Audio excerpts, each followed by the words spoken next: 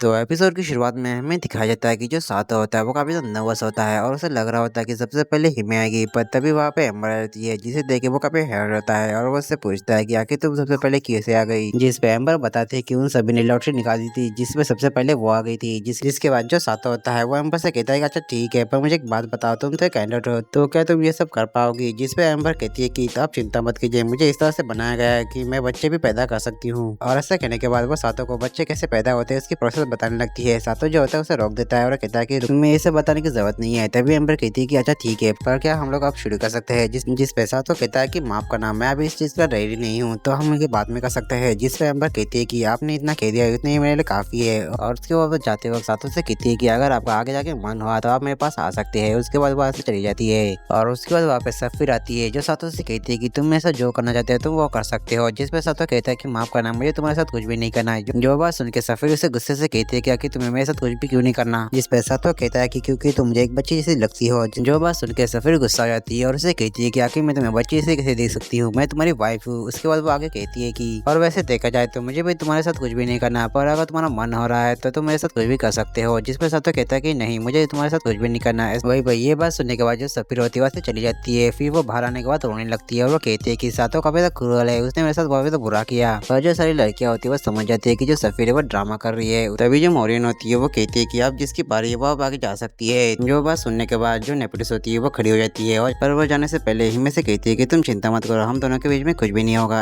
और फिर हमें आगे सीन में दिखाया जाता है कि सातो और नेपोटिस साथ में होते हैं, जहाँ पर नेपोटिस सातो से कहती है कि क्या मैं आपके करीब आ सकती हूँ। जिसपे सातो हाँ कहता है। नेपोटिस जो होती है वो सातो के करीब आती है और उससे कहती है कि जब भी मैं आपके कभी तक करीब होती हूँ तो मुझे कभी तक अच्छा लगता है। फिर वो आगे कहती है कि मुझे पता है कि मैं आपके लिए कभी भी नंबर 1 नहीं बनने वाली, पर आप हमेशा मेरे लिए नंबर 1 ही रहेंगे। वही भैया बात सुन के साथ उससे कुछ कहने वाला होता है कि नेपोटिस जो होती है उसे रोक देती है और उससे कहती है कि मैंने हिमे से वादा किया कि हमारे बीच में कुछ भी नहीं होगा, पर मैं बिना कुछ भी किए यहाँ से नहीं जाने वाली। ऐसा कहके वो सातो को किस करती है। फिर अगले सीन में जो नेपोटिस होती है वो बाहर जाती है और वो हिमे के पास आके उससे कहती है कि तुम चिंता मत करो, हम दोनों के बीच में ज्यादा कुछ भी नहीं हुआ। पर तभी जो ग्रेनेड होती है वो खड़ी हो जाती है और कहती है कि आप मेरी पारी। जो चीज देखे जो हिमे होती है वो काफी ज्यादा अनकंफर्टेबल हो जाती है और इस चीज को मोरियन भी नोटिस कर लेती है। फिर हमें अगले सीन में दिखाया जाता है कि जो ग्रेनेड होती है वो सातो के ऊपर होती है। सातो जो होता है उससे कहने की कोशिश करता है, पर जो ग्रेनेड होती है वो सातो की कुछ भी नहीं सुनती है और अपने संतरों से सातो को मशवरा देने लगती है। सातो जो होता है उससे कहता है कि ग्रेनेड तुम ये क्या कर रहे हो, तुम्हें पता है ना फर्स्ट रिंगिंग ने क्या किया था। जिसपे ग्रेनेड कहती है कि हाँ मुझे पता है और मुझे ये भी पता है कि तुम वैसे नहीं हो क्योंकि तुम हिमे से प्यार करते हो और तुम उसे धोखा नहीं दोगे, पर लेकिन तुम ये मत भूलो कि तुम्हारी और भी वाइफ है, तुम्हें उन पर भी ध्यान देना चाहिए। जिस पे सातो कहता है कि हाँ मैं समझ गया, पर मुझे एक बात बताओ, तुम आज इतनी अलग क्यों लग रही हो। जिस पे ग्रेनेड कहती है कि नहीं मैं तो परी जैसी हूँ। सातो कहता है कि ऐसी बात नहीं है, जब भी तुम नॉर्मल होते हो तो बच्चे पैदा करने की बातें करते हो, पर आप तुम ऐसा कुछ भी नहीं कह रही हो। जो मुझे काफी ज्यादा पसंद आई। और वही भाई ये बात सुन के ग्रेनेड को काफी ज्यादा अच्छा लगता है। तभी सातो कहता है कि ग्रेनेड सच कहो तो तुम आज काफी ज्यादा अट्रैक्टिव लग रही हो। ये बात सुनने के बाद तो ग्रेनेड होती है वो सातो पे फिदा हो जाती है और वो कहती है कि सातो जिस तरह से तुम हिमे को अटेंशन देते हो क्या तुम मुझे भी दे सकते हो। जिस पे सातो हाँ कहता है। उसके बाद जो सातो होता है वो ग्रेनेड के गाल को टच करता है और उसको जो सातो होता है जैसे ग्रेनेड के शब्दों को टच करता है उससे जो ग्रेनेड होती है वो काफी ज्यादा शर्मा जाती है और सातो से दूर जाती है और उससे कहती है कि सातो अब मुझे जाना चाहिए। ऐसा कहकर वो वहाँ से चली जाती है और सभी के बीच में आकर ऐसे भी जाती है जैसे कुछ हुआ ही ना हो। और उसके बाद जो हिमे होती है वो खड़ी होती है क्योंकि अब उसकी बारी है। पर तभी जो मोरिन होती है वो हिमे से कहती है कि दीदी मुझे आपसे कुछ कहना है। और उसके बाद हमें सातो को दिखाया जाता है जो काफी नर्वस होता है क्योंकि आप अगली बारी हिमे की होती है। तभी वहाँ पे हिमे आती है जिसे देख के जो सातो होता है काफी ज्यादा शौक करता है क्योंकि जो हिमे होती है वो काफी ज्यादा ऐस दिख रही होती है। तभी जो हिमे होती है वो सातो को अपना पेट दिखाती है जहाँ पे एक टैटू होता है। सातो उससे पूछता है कि आखिर ये क्या है, जिसपे हिमे बताती है कि ये असल में एक मैजिक स्पेल है जिससे उसकी प्रेगनेंसी रुक जाती है। फिर हमें पास का सीन दिखाया जाता है जहाँ पे जो मोरिन होती है वो हिमे से कहती है कि मैं जानती हूँ कि आप सातो के साथ वो सब करना चाहती हो, पर आपने अपने बच्चों के बारे में कुछ भी सोचा नहीं होगा। जिसपे हिमे जो होती है वो शर्मा जाती है और कहती है कि हाँ ये बात सच है, मैं सातो के साथ वो सब करना चाहती हूँ पर हमने बच्चों के बारे में कुछ भी नहीं सोचा। तभी मोरिन कहती है कि अगर ऐसी बात है तो आपको इस स्पेल का इस्तेमाल करना चाहिए जो आपकी प्रेगनेंसी को रोकता है, पर ये फैसला आपका है कि आपको इस स्पेल का इस्तेमाल करना है या फिर नहीं। जिसपे हिमे कहती है कि हाँ मुझे इसका इस्तेमाल करना है। और उसके बाद हमें प्रेजेंट में दिखाया जाता है जहाँ पे जो हिमे होती है वो सातो से कहती है कि सातो मुझे तुम्हारे से वो सब करना है। और वही भाई ये बात सुनने के बाद जो सातो होता है वो हिमे के ऊपर उठ जाता है और वो उससे कहता है कि मुझे भी तुम्हारे से वो सब करना है। और जैसे ही उन दोनों के बीच में कुछ होने वाला होता है कि तभी उन्हें एल्डर की आवाज सुनाई देती है और हमें पता चलता है कि जो एल्डर होती है वो काफी टाइम से सातो के ऊपर नजर रखी होती है। वो सातो से कहती है कि तुम जो हिमे के साथ करने वाले हो वो तुम्हें बाकी लड़कियों के साथ भी करना चाहिए था,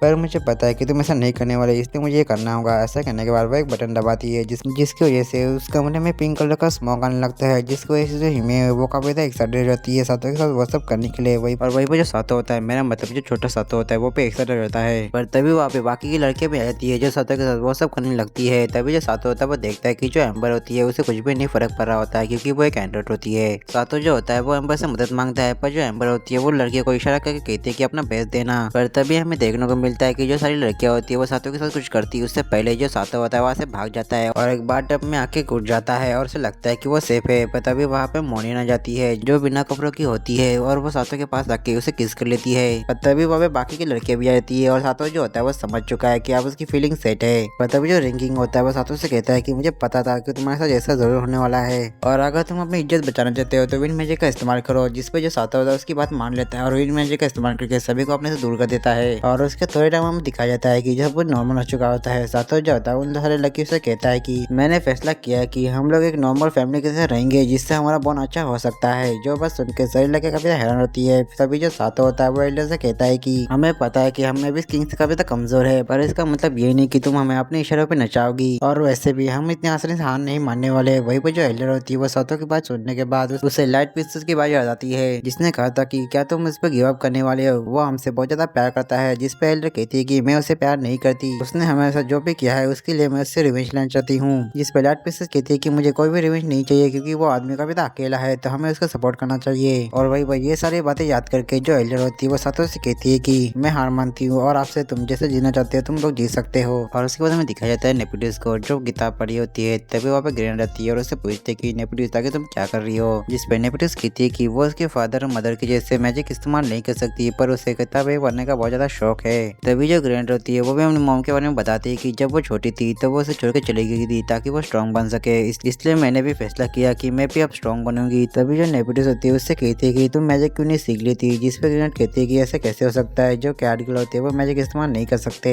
जिस पे नेपोटिस कहती है कि ऐसा बिल्कुल भी नहीं है, मेरे पास एक किताब है जिसमें कैट मैजिक के बारे में लिखा हुआ है। जो बात सुन के जो ग्रैंड होती है वो हैरान रहती है और कहती है कि मुझे लगता है कि यही रीजन है जिसकी वजह से सातो को टच करते ही मेरे अंदर मैजिक फील होने लगा था।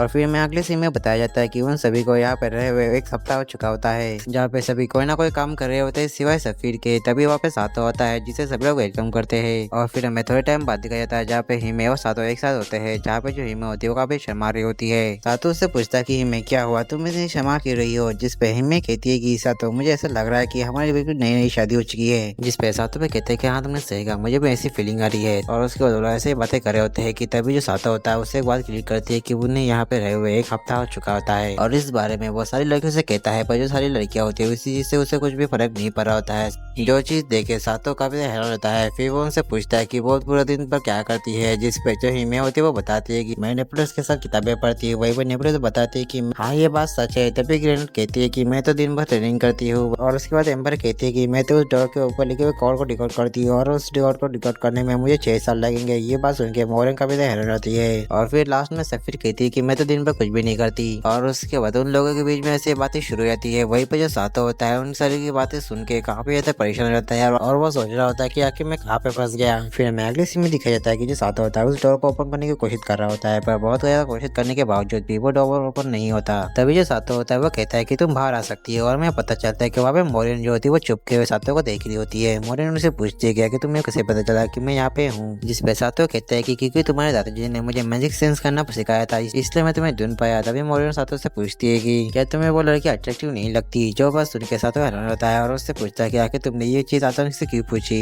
जिस पे मोरिन कहती है कि क्योंकि मुझे लगता था कि जो सारे लड़के हैं उन्हें वो सब करना पसंद है। जिस पे सातो कहता है कि ऐसी बात नहीं है, असल में मैं हिमे को हर्ट नहीं करना चाहता। और उसके बाद वो लोग बैठ के बातें करे होते हैं। जहाँ पे जो सातो होता है वो कहता है कि देखा जाए तो तुम्हारी बात भी सही है, पर मैं चाहता हूँ कि जो सारी लड़कियां है वो खुद से एफर्ट लगाए। जिसपे मोरिन कहती है कि देखा जाए तो हम दोनों एक जैसे ही है। सातो उससे पूछता है कि वो कैसे। जिसपे मोरिन बताती है कि जिस तरह से तुम अपने काम को लेकर काफी सीरियस हो उसी तरह से मैं भी अपने काम को लेकर काफी सीरियस हूँ। पर तभी जब मोरिन होती है वो सातो के साथ हुए किस को याद करती है। वो अपने मन में कहती है कि इसमें मेरी कोई गलती नहीं है, ये सब स्पेल की वजह से हुआ था। और वहीं पर ये सोच के वो काफी शर्मा रही होती है। वहीं पर सातो अपने मन में कहता है कि आप इसे क्या हुआ। तभी जो मोरिन होती है वो सातो से कहती है कि तुम मेरे बहन के साथ वो सब करना चाहते थे, पर मैं तुम्हें एक चीज बताना चाहती हूँ कि मैंने जो दीदी के ऊपर जो स्पेल कास्ट किया था वो आधा अधूरा था, यानी कि 50% चांस थे कि वो प्रेग्नेंट हो जाती। और वहीं पर ये बात सुन के जो सातो होता है उसकी तो हालत खराब हो जाती है। और उसके बाद हमें हिमी को दिखाया जाता है जो उसी स्पेल को देखे काफी परेशान हो रही होती है और वो अपने मन में कह रही होती है कि कहीं सातो इस स्पेल की वजह से मुझे गलत ना समझ ले, मुझे सातो के साथ अपनी बातें क्लियर करनी चाहिए। उस पर जो हिमी होती है वो जैसे ही बाहर आती है तो वहाँ पे सातो होता है और उसके पास आती है और उससे कहती है कि लगता है तुमने आज काफी ज्यादा मेहनत की है। जिसपे सातो कहता है कि हाँ पर लेकिन मैं किसी भी दरवाजा ओपन नहीं कर पाया। जिसपे हिमे कहती है कि कोई बात नहीं, तुमने आज काफी ज्यादा मेहनत कर ली है, क्योंकि ना तुम मेरे साथ बात ले लो। जो बात सुन के जो सातो होता है वो हैरान रहता है और फिर वो सीरियस होकर कहता है कि अभी ये सही टाइम नहीं है। ऐसा कहकर वहाँ से चला जाता है। वहीं पर जो हिमे होती है उसे लगता है कि जो सातो है वो उससे नाराज हो चुका है और वहीं पर जो मोरिन होती है इस चीज के ऊपर वो हिमे का काफी मजाक उड़ाती है। तभी वो हिमे को बताती है कि उसने उसके ऊपर जो स्पेल इस्तेमाल किया है वो आधा अधूरा है, यानी कि 50% चांस है कि वो प्रेग्नेंट हो सकती है। ये बात सुनने के बाद जो हिमे होती है वो मोरिन के ऊपर काफी गुस्सा हो जाती है, उसे डांटने लगती है। पर तभी जो सफीर होती है वो हिमे से कहती है कि हिमे तुम्हें ऐसा नहीं लगता कि जो सातो है वो तुम्हारी वजह से काफी कमजोर हो रहा है, क्योंकि जो सातो है वो तुम्हारे साथ ही करना चाहता है, इसकी वजह से दूसरों को मौका नहीं मिल रहा और वही दूसरी तरफ तुम सातो को खुश नहीं कर पा रही। इसलिए मैं चाहती हूँ कि तुम हम पे भी भरोसा करो, क्योंकि हम भी उसकी वाइफ है और हमें पे एक मौका मिलना चाहिए। जिसपे हिमे कहती है कि हाँ तुमने बिल्कुल सही कहा। और उसके थोड़े टाइम हमें दिखाया जाता है कि वापस सातो फिर से आ जाता है। तभी जो एम्बर होती है वो सातो से कहती है कि मैंने इस लाइब्रेरी के नीचे के सेट में काफी ज्यादा स्ट्रॉन्ग मैजिक का सेंस किया है। जहाँ तो इससे कहता है कि तुम्हारा कहने का मतलब ये है कि यहाँ पे एक छेद हो सकता है। जिसपे एम्बर कहती है कि खेल नहीं सकते पर हम ट्राई कर सकते हैं। और उसके बाद हमें ग्रेनेड को दिखाया जाता है जो अपनी मैजिक की प्रैक्टिस करी होती है और उसे थोड़ा सा मैजिक स्पीड भी होता है। तभी वो नेपोटिस की मैजिक को देखती है जो काफी ज्यादा पावरफुल होती है। तभी जो नेपोटिस होती है उसका बैलेंस बिगड़ जाता है, वो नीचे गिरने लगती है। ग्रेनेड जो होती है वो सही टाइम पे आके उसे पकड़ लेती है। नेपोटिस जो होती है वो ग्रेनेड को थैंक्स देती है। ग्रेनेड कहती है कि कोई बात नहीं। तभी जो नेपोटिस होती है वो ग्रेनेड से कहती है कि मैं तुम्हारे अंदर मैजिक को फील कर पा रही हूँ, अगर तुम ऐसे ही प्रैक्टिस करती रहोगी तो तुम मैजिक सीख जाओगी। जो बात सुन के ग्रेनेड को काफी अच्छा लगता है। तभी वहाँ पे एक स्पाइडर आता है जो एक एबिस मॉन्स्टर होता है, वो उनके ऊपर अटैक देता है। ग्रेनेड जो होती है वो नेपोटिस को और अपने को सही टाइम पे बचा लेती है। तभी जो ग्रेनेड होती है वो नेपोटिस से कहती है कि तुम जाके साथ और बाकी को जल्दी अलर्ट करो, तब तक मैं इसे संभालती हूँ। पर जो नेपोटिस होती है उसके लिए मना कर देती है और वो कहती है कि मैं तुम्हारे साथ रह के इससे फाइट करूंगी। जिस पे ग्रेनेड कहती है कि अच्छा ठीक है। ऐसा करने के बाद जो ग्रेनेड होती है उस स्पाइडर को पाटा कर देती है। पर जो नेपोटिस होती है वो अपने मैजिक का इस्तेमाल करके ग्रेनेड के चारों ओर एक बैरल बना देती है। तभी जो ग्रेनेड होती है वो स्पाइडर के पैर काट देती है। पर जो स्पाइडर होता है इजीली अपने आप को रिजेनरेट कर लेता है। जो चीज देख के वो काफी हैरान रहती है। तभी उन सातों और बाकी की आवाज आने लगती है और वो देखती है कि स्पाइडर ने उन सभी को पहले ही पकड़ लिया होता है। जो चीज देखे वो दोनों काफी हैरान होते हैं। तभी जो स्पाइडर होता है वो ग्रेनेड को पकड़ता है और सातों के साथ बांध देता है, जिसकी वजह से जो नेपोटिस होती है वो अब अकेली हो चुकी होती है। जो स्पाइडर होता है वो नेपोटिस की अटैक कर देता है। पर जो नेपोटिस होती है वो अपनी शील्ड का इस्तेमाल करके उससे बच जाती है। तभी जो मोरिन होती है वो नेपोटिस से कहती है कि तुम्हें उससे फर्स्ट फाइट करना ही होगा। पर जो नेपोटिस होती है वो काफी ज्यादा डर चुकी होती है, इसकी वजह से वो ऐसा कुछ भी नहीं कर पा रही होती है। तभी जो ग्रेनेड होती है वो सातों को बताते कि वो और नेपोटिस यहाँ पे मैजिक की प्रैक्टिस करने आए थे और अब मैंने जब तुम्हें टच किया तब मुझे अपने अंदर मैजिक फील होने लगा। तो मैं चाहती हूँ कि तुम मुझे किस करो ताकि मैं अपनी मैजिक को पूरी तरह से अनलॉक कर पाऊँ। ये बात सुनने के बाद जो सातो होता है वो हिमे की तरफ देखने लगता है और वहीं पर जो हिमे होती है वो ग्रेनेड की बातें सुनने के बाद उसे सफीर की बात याद आती है और वो सातो को परमिशन दे देती है। और वहीं पर हिमे की परमिशन मिलते ही जो सातो होता है वो ग्रेनेड को किस करता है, जिसकी वजह से जो ग्रेनेड होती है उसके अंदर की पावर जाग जाती है और उसके आसपास काफी ज्यादा फ्लेम आ जाती है, जिसकी वजह से वो दोनों फ्री हो जाते हैं। और उसके अगले पल जो ग्रेनेड होती है वो अपनी स्वॉर्ड लेती है और उस स्पाइडर के ऊपर अटैक कर देती है, जहाँ पे वो सबसे पहले उसके पैर काटती है और उसके अगले पल वो उसे बीच से ही काट देती है। और वो सातो से कहती है कि उसकी बॉडी को डिस्ट्रॉय करने के लिए सातो जो होता है वैसा ही करता है और उसकी बॉडी को डिस्ट्रॉय कर देता है। उसको जो ग्रेनेड होती है वो सातो से कहती है कि आखिर तुम लोग यहाँ पे किस लिए आए थे, जिसपे सातो बताता है कि एम्बर को यहाँ पर काफी ज्यादा मैजिक फील हो रहा था, इसलिए हम लोग यहाँ पे आए थे। जिसपे एम्बर बताते हैं कि मुझे लगता है कि वो पावरफुल मैजिक इसी स्पाइडर का था। तभी जो सातो होता है वो ग्रेनेड को ठास करता है उनको बचाने के लिए, जिसपे जो ग्रेनेड होती है वो फ्लश करने लगती है। और इसी के साथ ये एपिसोड ये पे खत्म होता है। तो मिलते हैं इसके नेक्स्ट एपिसोड के साथ, तब तक के लिए आप सभी को सायोनारा।